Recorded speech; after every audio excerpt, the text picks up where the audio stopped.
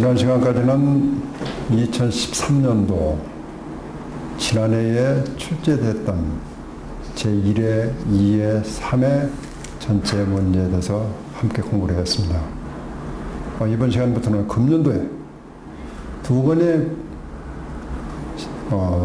시험이 있었는데 그 문제, 두 차례가 또 시행됐던 최근의 문제를 여러분과 함께 공부를 해보겠습니다. 자, 기지현상의 대책으로서 옳지 않는 것은 기지현상, 연작장애라고 볼 수가 있죠. 토양을 수독한다, 담수, 물을 집어넣는다, 세우로 객도한다. 전부 다 해당되지만은 연작, 이어지기를 하게 되면 기지현상이 계속해서 나타나겠죠. 정답은 연작을 한다. 쉬운 문제죠. 두 번째, 바빌로브 유전자 중심설, 8대 중심설을 얘기를 했던 바빌로브가 있습니다. 식물의 지리적 기원을 탐색하는 데 큰 업적을 남긴 사람입니다. 그에 대한 설명으로 틀린 것은 첫 번째, 농경이 최초 발상지의 기구의 온화한 산간부는 관계수, 물을 쉽게 얻을 수가 있는다고 추정을 했습니다. 지리적으로 이분법을 적용을 해가지고 유전자 중심설은 우성지역과 열성지역 이분법으로 적용을 해서 유전자 변이가 가장 많은 지역은 그 작물의 재배 중심지라고 이렇게 판단했습니다. 또 바빌로브 연구 결과는 식물종을 유전자 중심설이라는 새로운 학설을 정리하는 데 기여를 했습니다. 하지만은 1883년에 재배 식물의 기원을 저술했다. 재배 식물의 기원은 캔돌레라는 유전 학자가 있습니다. 이분은 1883년도에 9세계 작물, 옛날 작물 199종, 신세계 작물 45종, 아프리카종, 일본종 이렇게 분류를 해가지고 재배 식물의 기원이라는 책을 냈습니다. 그래서 이거는 캔돌레의 작품이 되기 때문에 바빌로브 작품이 활동이 아니다. 정답은 재배식물의 기원을 저술했다. 이것이 정답입니다. 추나처리, 저온처리라고 버나리제이션, 추나처리, 저온처리라고 이해를 하시면 되겠습니다. 추나처리에 대한 설명으로 틀린 것은 추나처리, 가을뿌리를 가을에 심어가지고 월동을 시켜가지고 추운 겨울에 감목을 하고 나서 그 이듬해 이삭이 나오고 수확이 가능합니다. 근데 가을뿌리를 가을에 심어야 되는데 가을에 심지 않고 봄에 심게 되면 어떻게 될까요? 겨울에 감목하지 않았기 때문에 차가운 겨울에 감목을 하지 않았기 때문에 이삭이 나오지 않습니다. 이걸 좌지 현상이라고 해요. 좌지. 주저앉는다. 그래서 만약에 가을뿌리를 봄에 파종을 하려면 냉장고라든가 저온에 감을 일정 기간 시켜야 됩니다. 10도 이하의 온도에다가 최소한도 20일, 30일 경과를 해야 그래야 꽃이 피는 겁니다. 이것이 추나처리라는 버나리제이션이라는 개념으로 이해를 해 주시기 바랍니다. 추나처리 하는 동안 처리 후에도 산소와 수분 공급이 있어야 추나처리가 유효하다. 당연합니다. 추나처리를 하고 나서도 산소와 수분이 부족하게 되면 추나처리한 저온에 감응했던 그 실적이 이게 없어져 버립니다. 춘파성이 높은 품종보다도 추파성이 높은 품종의 식물이 추나 요구도가 크죠. 추파성, 가을에 파종되는 가을보리, 추파성이 높죠. 가을에 당연히 파종해야 되기 때문에.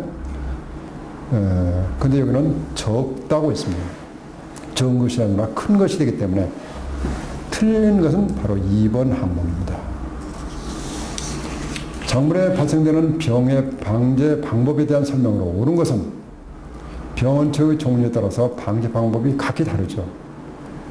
만약에 세균성 병은 세균성이 맞는, 도일병은 도일성이 맞는, 문고병은 문고병에 맞는 방지법을 써야 될 겁니다. 그래서 옳은 것은 바로 첫 번째고 두 번째, 곰팡이에 의한 병의 화학적 방제는 곤란한 것이 아니라 방제가 가능하고, 바이러스에 의한 병은 화학적 방제가 비교적 쉬운 것이 아니라 바이러스에 의한 것은 대단히 어렵습니다. 치료가 안 됩니다. 그래서 옳은 것은 첫 번째 항목입니다. 유축농업 또는 혼동농업과 비슷한 개념으로 해서 식량작물과 사료작물을 서로 균형 있게 배치해서 재배하는 것은 무엇이냐? 포경농, 일정한 울타리 안에다가 이 사료작물도 재배를 하고 우리가 먹는 식량작물도 재배하는 거. 곡경은 주곡 생산이 주목적입니다. 쌀, 보리, 이와 같이 식량작물을 주로 생산하는 곡경농업, 원예작물을 주로 재배하는 것을 원경농업, 소경농업은 토양의 지력이 떨어지면은 다른 곳으로 이동해가지고 그쪽에서 다시 농사를 재배하다가 또 그 지력이 떨어지면 또 다른 곳으로 이동합니다. 옛날에는 원시농업으로 해서 소경농업, 화전농업이 있었습니다. 이와 같은 형태가 소경농업이라고 볼 수가 있습니다. 여기에 정답은 포경농업, 유축농업과 식량농업을 한꺼번에 하는 것. 생물학적인 방제 방법에 속하는 것은, 생물학적인 것은 동물이나 식물, 천적을 이용한 것이 생물학적인 방제입니다.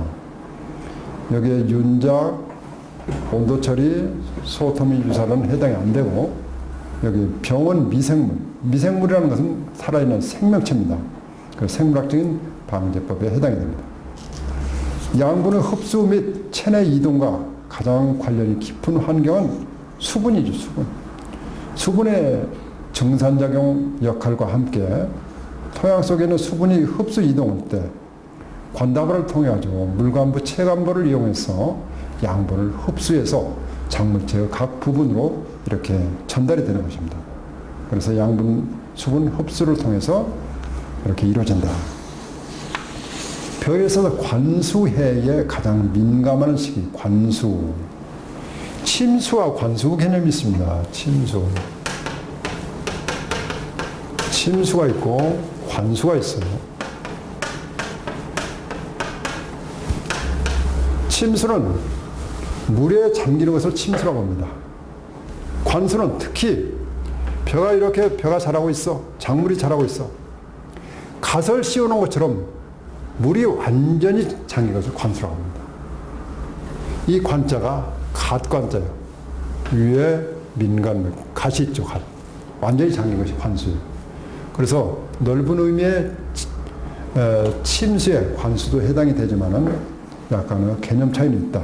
이렇게 이해를 해 주시고, 이와 같이 침관수 피해는, 즉 수해의 피해는 민감한 시기는 수인기, 임신을 됐을 때, 유수 형성기, 특히 가장 민감한 시기는 감수분열기, 감수분열, 수량이 얼마로 나올 거다, 벼 이삭이 알갱이가 몇 개 나올 거다, 그것을 임신한 상태에서 벼가 그걸 결정하는 시기인데, 만약에 수해를 당한다, 냉온을 피해를 본다, 그러면 쭉정이가 돼가지고 수량이 엄청나게 감소가 됩니다. 그래서 한꺼번에 이해를 해주시기 바랍니다. 빛이 있으면 싹이 잘 트지만은 빛이 없는 조건에서 트지 않는 종자는, 이걸 호강성 종자라고 그래요. 호강성. 햇볕을 받아야 발화가 들어가요. 호강성. 조로자, 호강성. 호강성. 빛을 쬐야 싹지 나오는 것은 담배, 페추니아, 상추, 잡초 종자, 목초 종자, 이런 것은 빛을 봐야 됩니다. 그러니까 예를 들어서 상추를 재배하는데 담배씨 종자를 파종하는데 빛을 못 보게끔 복토, 흙을 깊게 덮어버리면 발화가 되지 않습니다. 아주 얕게 광을 일정 조건에서 받아들이기 좋게끔 약간 덮어주는 것이 필요합니다. 호강성 종자의 특징입니다. 그래서 담배, 페추니아, 목조 종자, 잡초 같은 경우는 호강성 종자. 정답은 담배죠. 일반적으로 육묘, 묘를 키우는 것을 육묘라고 그러죠. 육묘 재배의 목적으로 거리가 먼 것은, 육묘라면 조기 수확을 할 수가 있겠죠. 빨리 키워가지고 숙기를 조절할 수가 있습니다.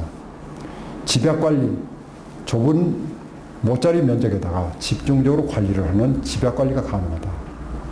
그 다음에 종자도 전략할 수가 있죠. 넓은 면적에다 일일이 파종하는 것보다도 좁은 묘판 면적에다가 종자를 갖고 오기 때문에 종자 전략이 됩니다. 하지만은 추대가 촉진된다. 이것은 전혀 관계가 없습니다. 추대라는 것은 쫑이 나오는 거예요. 쫑이. 꽃이 피어가지고 바로 더 이상 생육이 멈춰버리는 상태예요. 그렇지만 추대 촉진은 정답이 아닙니다. 여기서 거리가 멉니다. 습해의 방지 대책으로 가장 거리가 먼 건 습해, 비가 많이 왔을 경우 아니면 물에 잠겨 있을 경우. 습해 방지 대책은 배에서 물을 빼줘야 되겠죠. 객토, 새로운 흙을 갖다 집어넣어가지고 토양을 개량한다. 화사나 석회를 심은다. 석회 심으면 토양이 개량이 됩니다. 하지만 미숙 유기물을 심으면 미숙 퇴비가 유기물이 온도에 의해서 발효되는 과정에서 가스가 많이 발생이 됩니다. 그래서 습해 방지를 더 가중을 시킵니다. 그래서 여기 정답은 미숙 유기물의 시용. 작물에 발생되는 병의 방제 방법에 대한 설명을 옳은 것은 병원체의 종류에 따라서 방제 방법이 다르다. 이 문제도 출제가 됐던 문제입니다. 정답은 방법이 다르겠죠. 바이러스에 의한 병에, 세균에 의한 병에, 곰팡이에 의한 병에 각기 방제 방법도 달라야 될 것입니다. 유충농업.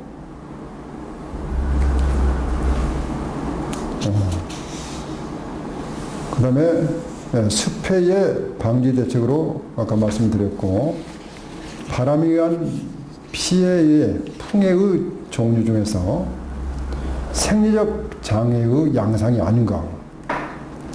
생리적 장애, 기계적 상해 시 호흡이 정대되고 체내 양분의 소모가 정대돼서 상처가 건조하면 광산화 반응에 의해서 고사가 됩니다.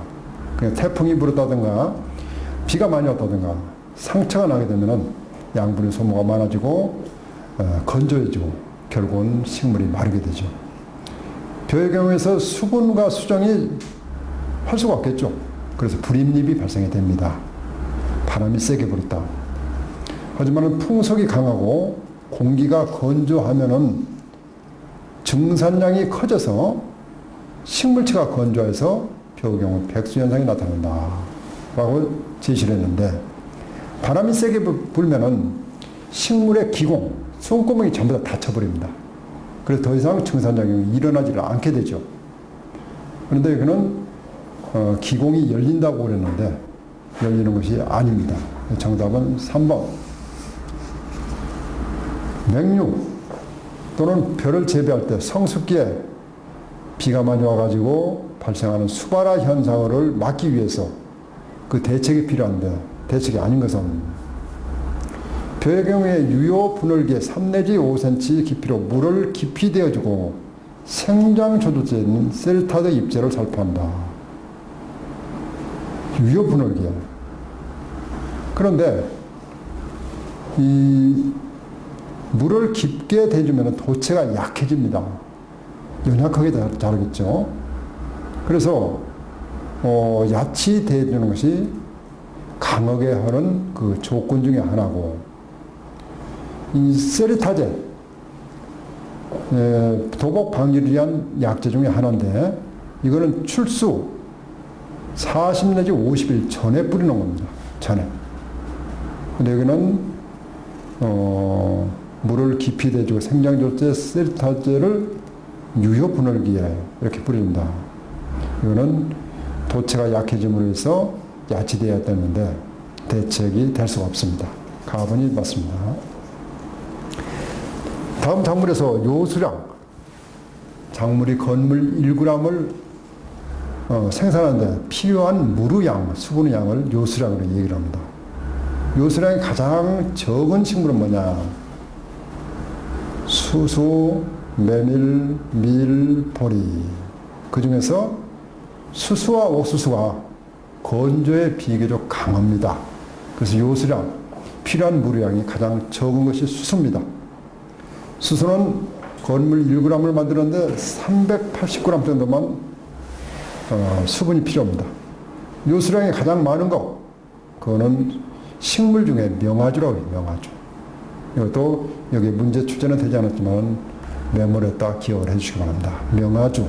이것이 모든 식물 중에서 요수량이 가장 높습니다. 수수라든가 옥수수는 기동세포가 있어. 옥수수 수수를 재배하면은 뿌리가 이렇게 있고 옆에 나오는 치가 기동세포가 있어.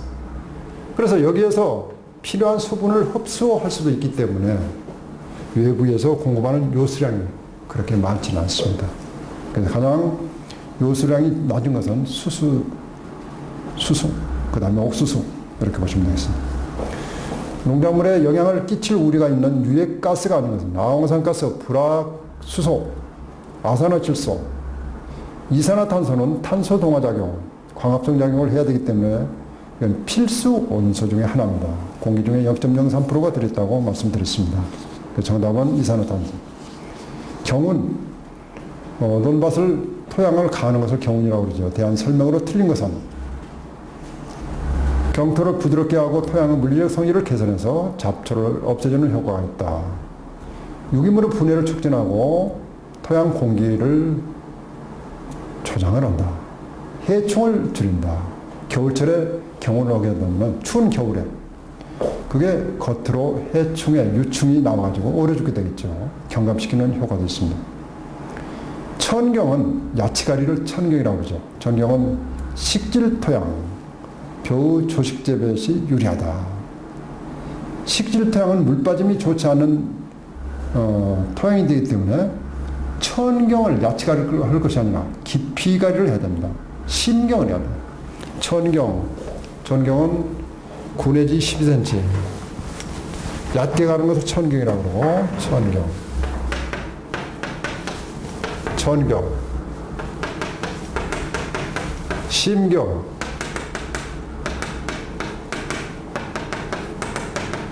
깊이 가는 거. 이거 야채. 깊이. 물빠짐이 좋지 않게 되면 깊이 갈아주어야 바닥에 있는 깊이에 있는 각종 유기물이 분해가 돼가지고 작물이 이용할 수가 있어요. 그래서 여기는 천경은 식질양토가 아니라 물빠짐이 좋지 않은 식질양토에서는 심경을 해야 된다. 정답은 4번입니다.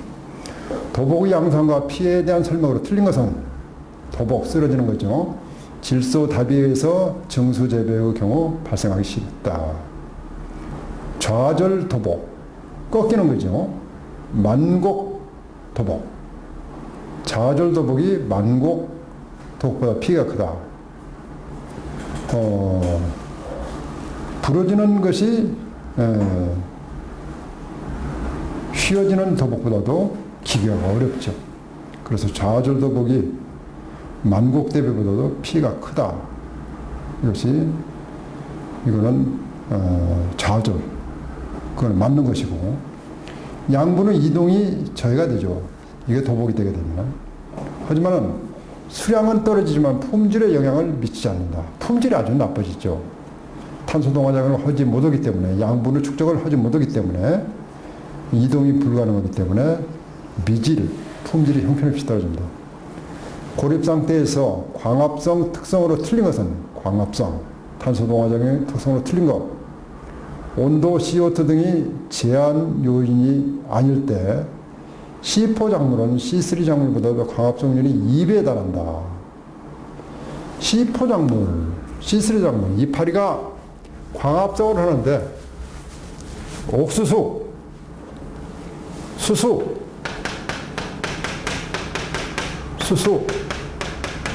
이런 것은 이파리가 넓습니다. 그렇지만 벼는 이파리가 좁죠. 그래서 넓은 것을 C4 작물, 좁은 것을 C3 작물. 그래서 C% 작물은 그만큼 광합성의 그 요구도가 크지만은, 그렇다고 해서 2배, 2배의 못을 봐가지고 광합성이 2배에 달하는 것은 아닙니다. 그래서 정답, 틀린 것은 온도, CO2 등의 제한 요인이 아닐 때 C4 작물은 C3 작물보다 광합성이 2배 달한다. 2배 달하는 것은 약간 광합성이 높기는 높지만 2배, 그것은 아니다. 휴한지에 작물을 재배하지 않고 재배한 휴한지, 놀리고 있는 땅에 재배하면 지력이 유지 증진에 가장 효과가 있는 것은 바로 콩과 식물이 되겠죠. 콩과 식물은 크로바, 자운형, 알팔파 이런 것들이 콩과 식물입니다. 그래서 정답은 1번. 밭 관계 시 재배상 유의점으로 틀린 것은, 관계는 물을 대주는 걸 관계라고 하죠. 관계를 하면은 비료 이용 효과가 높일 수 있어서 다비 재배에 유리하다. 가능한 수익성이 높은 작물은 밀식할 수 있다. 식질 토양에서 휴립 재배보다도 평유 재배를 실시한다. 휴립 재배, 일항을 만드는 것을 휴립이라고 합니다. 평유 재배는 그냥 평평하게 일항을 만들지 않는 상태. 물빠짐이 나쁜 식질 토양은 일항을 높이 세우는 휴립 재배를 해야, 그래야 습해를 막을 수가 있습니다. 그래서 평유 재배라고 하면은 습해에 그만큼 노출이 되어 있기 때문에 이것은 유의사항으로 해서 틀린 항목에 해당이 됩니다.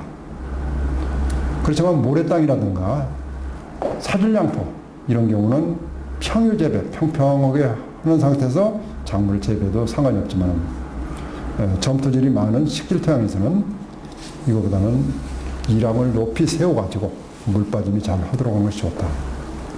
토양 미생물 중에서 황색인의 최적 pH 산도는,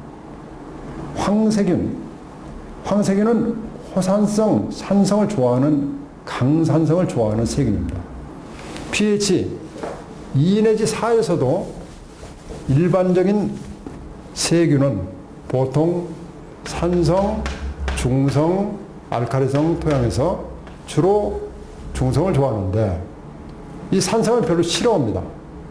그런데 황색균 같은 경우는 pH 2 내지 4, 강산성입니다. 강산성에서도 생육이 잘 됩니다.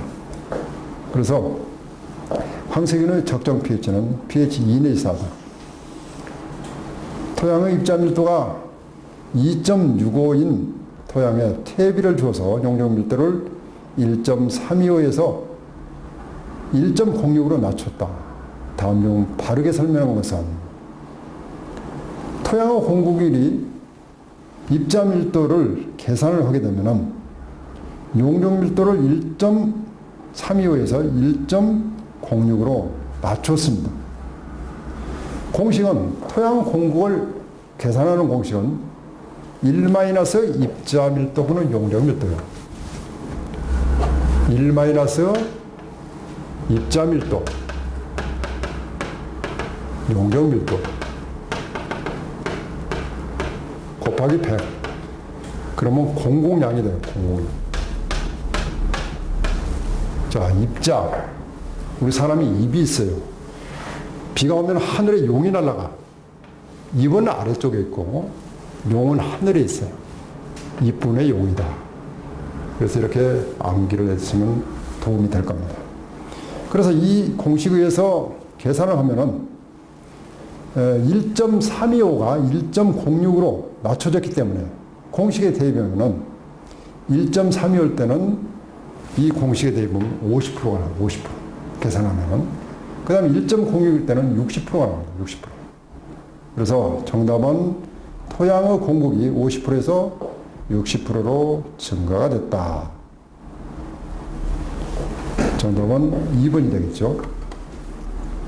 그 다음에 작물의 생육에 가장 적합하다고 생각되는 토양 구조는 판상구조, 입상구조, 주상구조, 계상구조에서 입상구조가 되겠죠.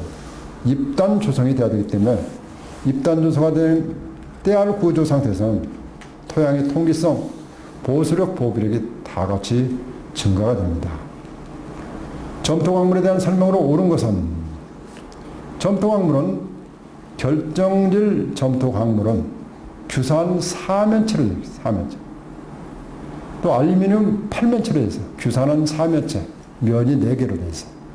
알루미늄은 팔면체로 되어 있어요. 그래 겹으로다가 규산하고 알루미늄으로 층층이 이렇게 쌓여 있습니다. 그 정답은 3번.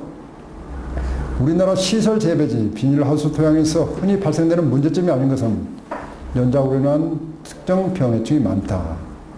이시가 높고 염류 집적 현상이 많이 나타난다. 특정 약물의 집적 또는 부족으로 해서 영양 생리 장애가 많이 발생하는 것입니다. 하지만 토양의 환원이 심하여 황화수소 피해가 많다. 이거는 시설 토양이 아니라 논토양에서 황화수소, 벼뿌리에서 유황이 황화수소로 나타나는 현상이 되기 때문에 시설 재배적으로는 관계가 없습니다. 논토양의 일반적인 특성은 논토양은 담수 물을 대기 때문에 산화층과 환원층으로 구분이 됩니다. 밭토양은 전부 다 산화층이죠. 환원층이라고 볼 수가 없죠. 정답은 2번. 2번이 정답입니다. 우리나라 전국토의 3분의 2가 화강암 또는 화강편마암으로 구성이 되어 있습니다. 이러한 종류의 암석은 토양 생성 과정 인자 중에서 어느 것에 해당되는가? 화강암 편마암, 모재, 바위에 어떤 성질이 가지고 있느냐? 바로 모재 자체가 산성 땅이고 집중으로 강우가 우리나라는 폭우가 쏟아지다 보니까 산성으로 이렇게 변하는 것입니다. 그래서 이와 같은 모재의 영향으로 화강암 또는 편마암으로 분류가 된다. 염기 포화도에 대한 설명으로 틀린 것은 양요원 치안 용량 중에서 거름기 간지 능력, 이 용량의 크기 CC라고 말씀드렸습니다. 교환 염기가 비율이 교환 바꿔치기 하는 그 비율이 염기 포화도라고 이렇게 얘기를 합니다. 그래서 양요원 치안 용량 중에서 바꿔치기 하는 염기의 비율, 그것에 대한 설명으로 틀린 것은 pH, 산도와 비례적인 상관관계가 있습니다. 맞습니다. 그 다음에 염기 포화도가 증가하면 완충 능력도 증가하는 경향이 있습니다. 완충, 쿠션, 소화할 수 있는 용량. 그 다음에 양이온 총량분의 교환 염기 총량 곱하기 100으로 해서 염기 포화도를 계산합니다. 맞습니다. 우리나라 논토양 염기 포화도는 대체적으로 60% 이하입니다. 근데 여기는 80% 내외라고 했기 때문에 정답은 틀린 정답은 요겁니다.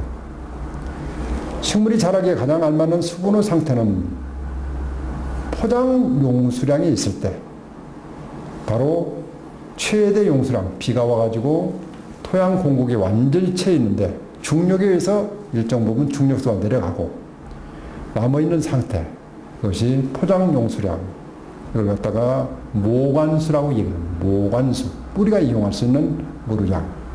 그래서 포장 용수량이 이루어졌을 때 작물이 이용할 수가 좋다. 토양에서 탈질 작용이 느려지는 조건, 탈질 현상이 일어나지 않게 하는 방법.